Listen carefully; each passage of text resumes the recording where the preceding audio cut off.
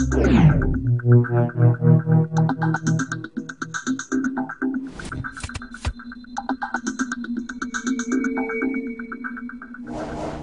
I'm Rich Bensaka for the Propane Education and Research Council. Now, in communities across the country, including here in Malvern, Pennsylvania, builders, remodelers, and homeowners are taking extra efforts to improve the energy efficiency of their homes.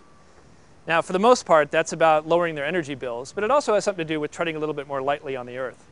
This groundswell of interest and investment in green building has resulted in a much larger market of products and systems that address energy and resource efficiency. Now, the result of that is that we're seeing lower costs, increased availability, and advanced technology, but also a market of options that's almost overwhelming. So the question begs, how do you make the best choices in terms of energy efficiency? And that's what we're here to find out. A new report from Newport Partners, a research firm in Davidsonville, Maryland, entitled Whole House Analysis of Energy Efficient Upgrades for Existing Homes, is intended to help answer that question by analyzing a variety of what's called energy efficiency measures, or EEMs. The report allows housing professionals and homeowners to better understand and prioritize their choices. The report looked at everything from lighting and Energy Star appliances to new windows, tankless water heaters, and renewable energy sources. Really, just about every option available to reduce energy consumption, as well as carbon emissions and greenhouse gases. The analysis was fairly simple. Compare first cost, the cost to purchase and install each product or system, against an expected energy savings over a period of time, resulting in a cost benefit for each option. The report then ranks each energy improvement by that measure, from best to worst. And some of the findings may surprise you. The researchers also considered different climate conditions and energy rates to come up with a cost benefit for different areas of the country. What's a good investment here in Malvern may not be as good in Sacramento or Tampa. Now, even more impactful than a top-down list of improvements, there's also a cumulative effect in terms of integrating each system and product. Jim Renahan is a local builder who understands the value of systematic approach to energy efficiency. For his most recent projects, Jim has either rebuilt or transformed a handful of homes in this Malvern neighborhood to be far more energy efficient. That commitment includes converting the homes from heating oil to propane to fuel a variety of products and systems, as well as provide a cleaner and more efficient energy source. So Jim, tell us why it makes sense for you as a builder in this market to go with propane. Well, essentially, in this particular neighborhood where we're working, we're dealing with 1950 split-level homes that are primarily on oil. And whether it be a complete renovation or with an addition, or whether it be a knockdown in a new home, the clients are looking for a more energy-efficient option. And our decision there is to usually switch over to propane. Our process of that is to sit and talk with our clients is about the advantages of propane, and then we discuss the various components of the home that are going to operate off of the propane. Okay, so walk us through the process of making the conversion. You've got this existing home with an oil boiler, some sort of a tank. You want to move it to propane. So walk me through kind of the steps to make that conversion. Okay, it's a little different process whether we're doing a complete renovation and addition versus a new home. New home is much more simplistic in nature. First thing we do is, address the reasons why, as I just talked about, with the homeowner. Make sure that they're on board. Then if it's a knockdown, we pull the old furnace. Typically we donate it.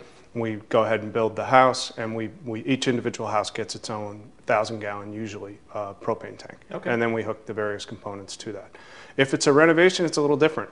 We're limited in terms of existing mechanical rooms and tying in existing components, but it's somewhat similar, meaning each home gets its own 1,000-gallon tank, and we just convert over to a propane-fired furnace. Right. So the tank is necessary. Propane is necessary because you don't have natural gas in this neighborhood. Natural gas is not available in this neighborhood, so propane is an energy-efficient, clean solution. It's easy for us to install.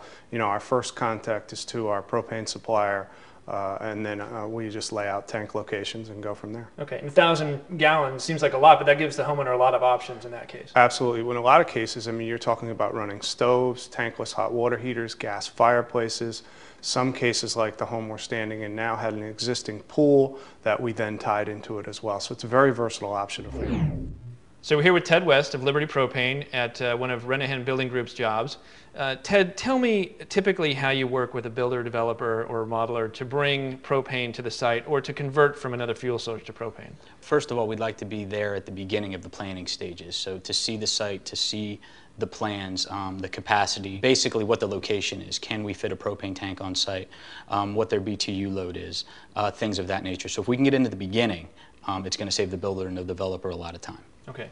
Are there things that you look at from a standpoint of capacity, location in the site, what it's going to power? Definitely. The size of the tank, the location, especially the size of the lot, the property line, a lake, a creek, anything else like that, will decide the location as well as the size of the tank that's going to power the house. Okay. So in this job in particular, where are we in that process? What's been done?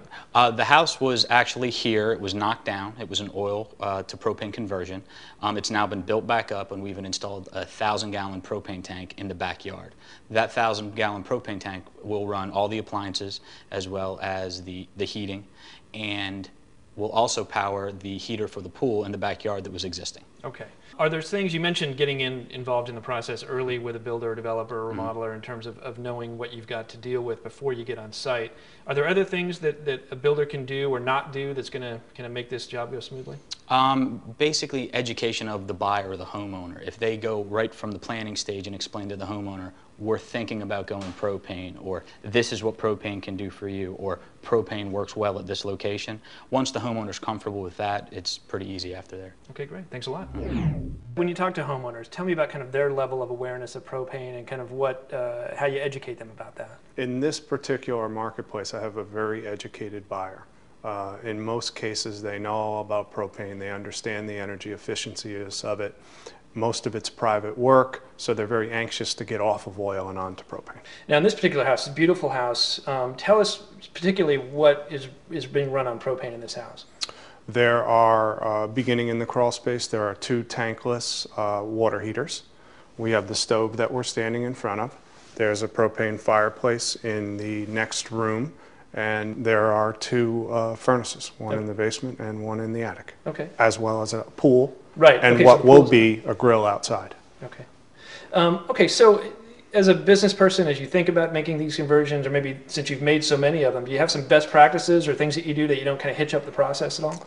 Well, one of the best practices for us is a strong relationship with both our propane suppliers. We use both Liberty Propane and Great Valley Propane, and that relationship in and of itself helps ensure a smooth transition. Other than that, it's a lot of site planning, making sure you know where the tank's going, how the line's coming in, and kind of incorporate it with a number of other, energy efficient / green features of the home. As Jim and Ted and other housing professionals know, a home's energy source is a cornerstone of its ability to operate efficiently. But he also knows that to achieve better energy performance in his homes, he can't stop there. Jim, besides propane, what other things do you do to kind of set a foundation of energy efficiency in your homes? Well, building a home, an energy efficient home, is really not a project, it's a process. So everything has to kind of work together. So it starts by proper forms of insulation, tie-back wrapping the home. We use PEX tubing, which is more efficient than the old use of copper. So what we try to do is get everything to work together in the home to be really a complete building envelope of energy efficiency. Okay, so that sets a really good foundation. Pretty basic stuff, but a really good foundation. How does that enable then the pieces of equipment that you put in, the furnaces, the stoves, to operate more energy efficiently? Well, as I said, it's a process, so everything has to work together. So if the home is insulated and the thermal penetration barrier is better and it's insulated better, it allows the heating components to work better. Excellent. And the different features of the home to work better. Okay, great. Now, Jim Renahan may not incorporate all of the energy improvements listed in the report, but his basic commitment to energy efficiency, improvement of the building envelope, a more efficient energy source, basically go a long way to allowing him to achieve his goals. It also underscores the fact that there's a lot of options when it comes to energy efficiency, and that builders can mix and match those options to meet budget demands as well as market demand. Let's take a closer look at the Newport Partners report. As mentioned earlier, the report looked at several energy improvements in the context of existing homes to determine simple payback as a balance of cost and energy efficiency.